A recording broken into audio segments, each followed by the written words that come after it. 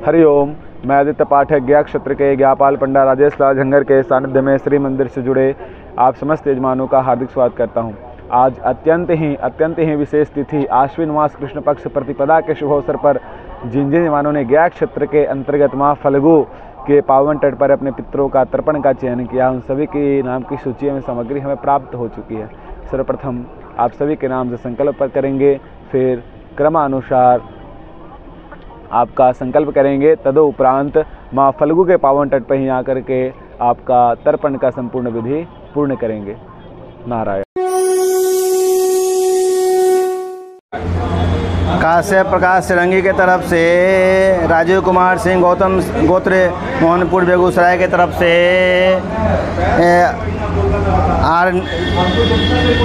Are Narasimha Sahni के तरफ से, नीना कावेरी यप्पा के तरफ से, जितेंद्र त्यागी के तरफ से, रीता खुराना के तरफ से, अंकुर चप लोध के तरफ से, भोज कुमार कली हारी सब परिवार के तरफ से, प्रभु भाई नाथ भाई प्रजापति दख दनिया गोत्र भरद्वाज के तरफ से, प्रदीप आनंदी लाल शर्मा के तरफ से, वीरभद्र मिश्रा के तरफ से, जीवराज जैन के तरफ से, मिलिंद कोपिकर सुरभि कोपिकर के तरफ से, अमिताभ शर्मा के तरफ से, पीयूष रंजन तिवारी के तरफ से, राजू राम गोत्र भरद्वाज स्थान सुंदर नगर के तरफ से, ज्योति गुप्ता के तरफ से,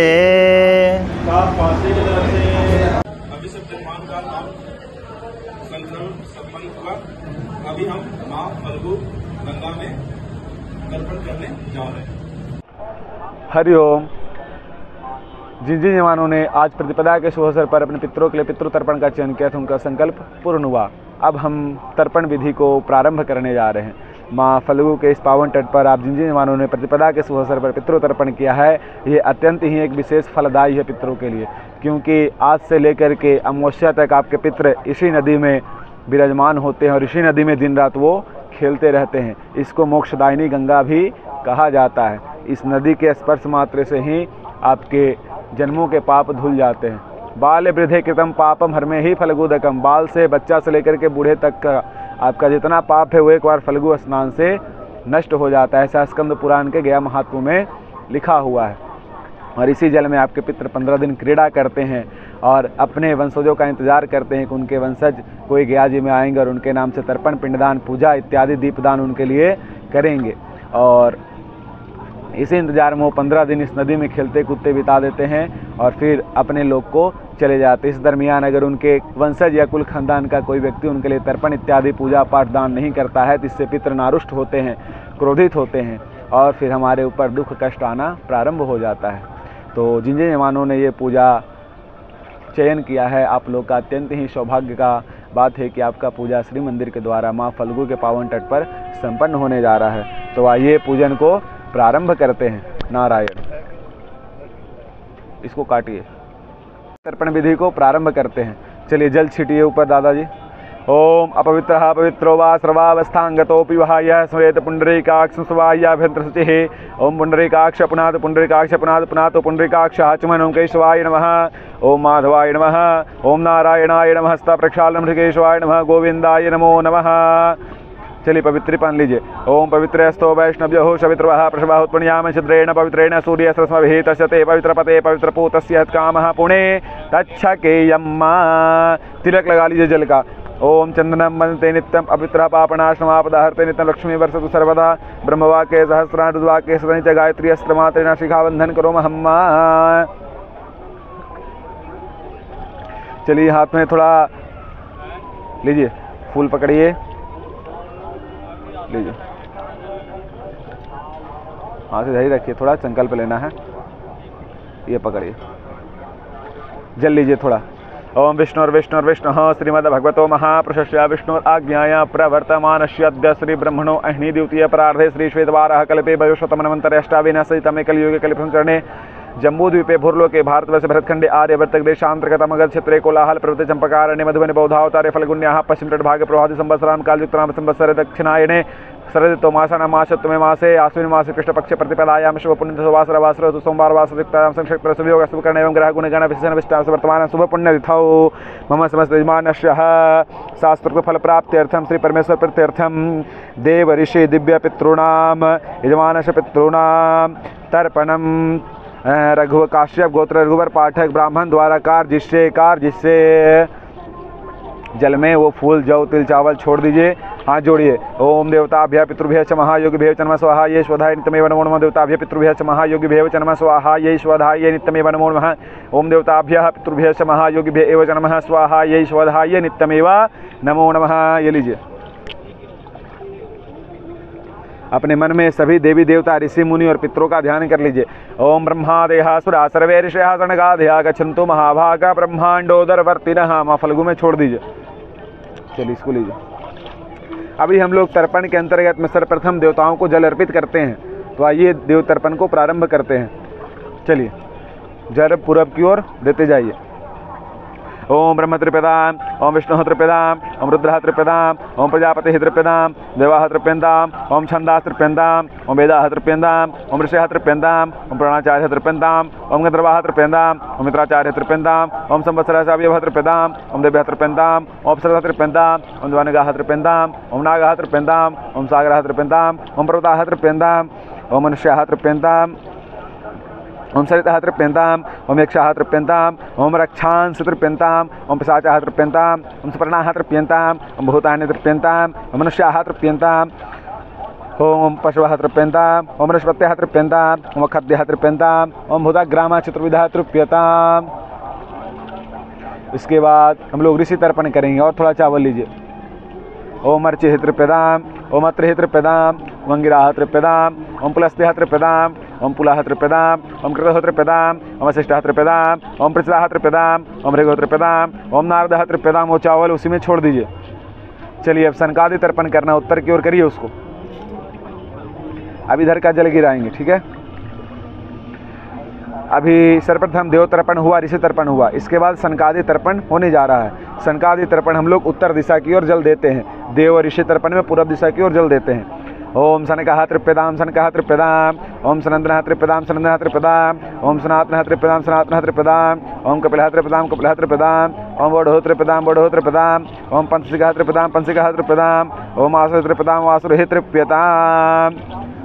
ये हम लोगों ने 4 आदमी को भी जल दिया। देवताओं को दिया, ऋषि मुनियों को दिया, सनकादि को जल दिया। इसके बाद हम जिनको अब जल देने जा रहे हैं चौथे प्राणी को, ये दिव्य पितृ हैं। दिव्य पितृ मतलब पितरों के भी पितृ हैं। जैसे देवों के भी देव महादेव हैं, ऐसे पितरों के भी पितृ दिव्य पितृ हैं। ये हर मनुष्य के पितृ हैं, चाहे वो मैं हूँ, आप हो, ये हर किसी के सेम पितृ हैं। इसलिए इनको दिव्य पितृ कहा गया। ये मेरे भी पितृ हैं, इनके भी पितृ हैं, आपके भी पितृ हैं, इसलिए इनको दिव्य पितृ की संज्ञा दी गई है। अभी हम लोग दिव्य पितरों को जल देंगे। दक्षिणाभिमुख में जल देना है इनको तिल के साथ में। चलिए दीजिए।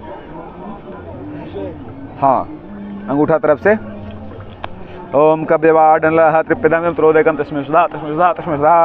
ओम शमः त्रिपेदां त्रोदकं तस्मै सुधा तस्मै सुधा तस्मै सुधा। ओम यमः त्रिपेदां त्रोदकं तस्मै सुधा तस्मै सुधा तस्मै सुधा। ओम अर्यमा त्रिपेदां त्रोदकं तस्मै सुधा तस्मै सुधा तस्मै सुधा। ओम अग्निश्वाताः पितरः त्रिपेदां त्रोदकं तेभ्यः सुधा तेभ्यः सुधा तेभ्यः सुधा। ओम शुभाः ओम शमपाः पितरः त्रिपेदां त्रोदकं तेभ्यः सुधा तेभ्यः सुधा तेभ्यः सुधा। ओम बर्खदः पितरः त्रिप्यन्तामिदं त्रोदकं तेभ्यः सुधा तेभ्यः सुधा तेभ्यः सुधा। 7 दिव्य पितरों को जल देने के बाद 14 यमराज को जल दिया जाता है। जैसे एक कम्युनिटी के चलाने के लिए एक हमको ग्रुप की ज़रूरत पड़ती है, वैसे ही हमारे प्राण को निकालने से लेकर के उसका हिसाब रखने तक का, सज़ा देने तक का यमराज का 14 स्वरूप है। तो वही अभी यमराज के 14 स्वरूप को हम लोग जल दे रहे हैं, जिसको हम लोग चतुर्दश यम तर्पण कहते हैं। चलिए दीजिए। ओम यमाय नमः यमाय नमः यमाय नमः। ओम धर्मराजाय नमः धर्मराजाय नमः धर्मराजाय नमः। उसको लाइए तो पकड़ दे। ओम मृत्यवे नमः मृत्यवे नमः मृत्यवे नमः। ओम अंतकाय नमः अंतकाय नमः अंतकाय नमः। ओम व्यवस्वताय नमः व्यवस्वताय नमः व्यवस्वताय नमः। ओम कालाय नमः कालाय नमः कालाय नमः।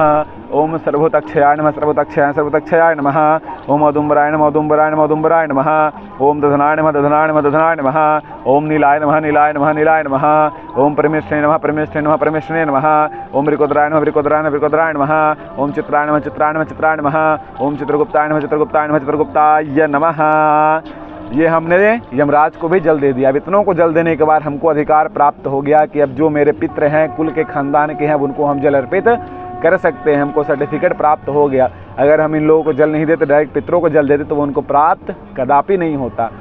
इसलिए इतने आदमी को जल देने के बाद अब आपके पितरों का नंबर आता है। और हमारे वेद पुराण में कुछ ऐसे मंत्र हैं जिन मंत्रों द्वारा हम अपने कुल खानदान के 121 पीढ़ी तक को हम लोग जल अर्पित कर सकते हैं। तो उसी मंत्र द्वारा हम आपके खानदान के परिवार के कुल परिवार को, कुल पितरों को जल अर्पित करेंगे।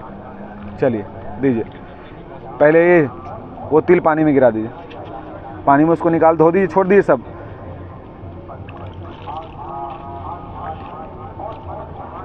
ये चावल लीजिए, पहले देव तीर्थ से जल गिराइए, फूल छोड़ दिए, फूल छोड़ दिए, हाँ चलिए लीजिए, पहले देव तीर्थ से जल गिराइए। चलिए फटाफट करिए दादा। ओम देवासुरा तथा यक्षा नागा गंधर्व राक्षसाः पिशाचा गुह्यका सिद्धा कुष्मांडा स्रव खगाः जलेचरा भूनीलया वायव्य आधार स जंतवः तृतमे तो पर्यंतवा सुमंदंदे नामुना खिलाः। चलिए उसको छोड़ दीजिए जल में। चलिए फटाक से लीजिए तिल।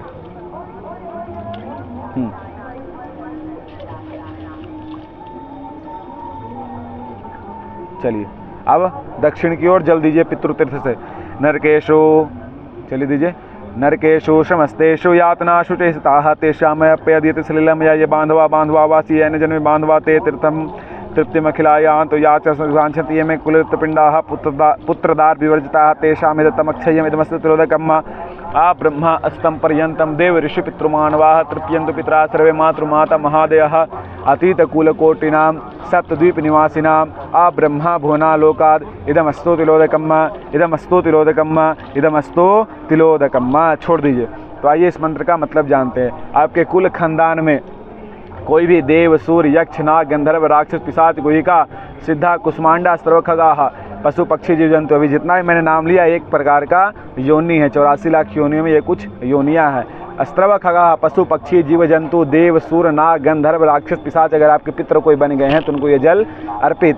नरकेशु समस्तेषु यातनाशु से स्थिता, नरक में जितने भी पितर लोग आपके कष्ट भोग रहे हैं इनको ये जल अर्पित। ये बांधवा बांधवा वासी, ये अन्य जन्म में बांधवा, हमारे इस जन्म के कोई मित्र हो या हमारे पूर्व जन्म के कोई मित्र हो, उनको ये जल अर्पित। आ ब्रह्मा अस्तम पर्यंतम देव ऋषि पितृमानवाः तृप्यन्तु पितरा सर्वे मातृमाता महादेहा। जब से ब्रह्मा जी ने सृष्टि को बनाया है तब से अभी तक में कोई भी देवता, पितृ या ऋषि मुनि या मानव अगर आपके कुल खानदान में, चाहे वो आपके पिता पक्ष के हो या माता पक्ष को, अगर आपसे जल पानी आशा करते तो उनको ये जल अर्पित हुआ। चलिए वस्त्र निष्पीड़न करिए दादाजी, उसको साइड रखिए। अपने गमछे या धोती के कोने में तिल का दाना रखिए, उसको भिंगाइए और निचोड़िए। लीजिए जल लीजिए। ओम ये के चास्मत कुले जाता पुत्रो गोत्र नो मृता ते गृहंतु मया दत्तम वस्त्र निष्पीडनोदकम्। तिल को वहीं छोड़ दीजिए। चलिए भीष्म पितामह को जल दीजिए, पकड़िए, इसे 3 बार ऐसे उठा करके फटाक से डालिए। ओम भीष्म शांतन वो वीर सत्यवादी जितेंद्रिय अभिरदर्वापनोतु पुत्र पौत्रो चिताम क्रियाम। चलिए हो गया। सूर्य भगवान को अर्घ्य दीजिए, इस तरह से हाथ से अर्घ्य दीजिए सूर्य भगवान को। ओम सूर्याय नमः, ओम आदित्याय नमः, ओम भास्कराय नमः, मित्राय नमः, भानवे नमः। भगवान का नमस्कार करिए, प्रातःकाल सूर्य को नमस्कार करिए।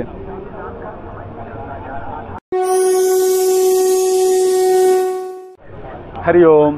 तो आप सभी के द्वारा आयोजित प्रतिपदा के शुभ अवसर पर तर्पण पूजा परिपूर्ण हुआ। मैं भगवान गदाधर से, माँ फल्गु से और भगवान नारायण से ही प्रार्थना करता हूँ कि आप समस्त यजमानों का, पितरों को तृप्ति प्राप्त हो। आपने जिस श्रद्धा भक्ति से ये पूजा कार्यक्रम करवाया है वो सर्व पित्र उसको ग्रहण करे और आप सभी के ऊपर पितरों का आशीर्वाद बना रहे। आप ऐसे ही प्रसन्न रहें, आपके घर में खुशियाँ कभी कमी ना हो, आपके घर में अन्न धन वस्त्र की कमी ना हो, आपके ऊपर से सारा दुख, क्लेश, कष्ट का नाश हो और आपने जैसे पितरों को तृप्त किया है आपका जीवन भी हमेशा ऐसे ही सुखमय बीतता रहे। कहा जाता है गयायाम सर्वकाले महालया, गया में पिंडदान करने का, तर्पण करने का कोई समय कोई काल नहीं है। आप गया जी में जिस समय आते हैं उसी समय यहाँ पर पूजा पाठ, पिंडदान, तर्पण इत्यादि कार्य कर सकते हैं।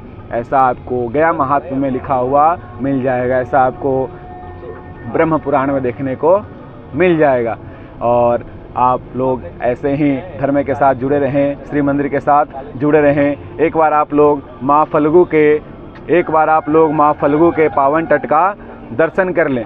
भैया एक बार फल्गु माता का दर्शन करवा दीजिए।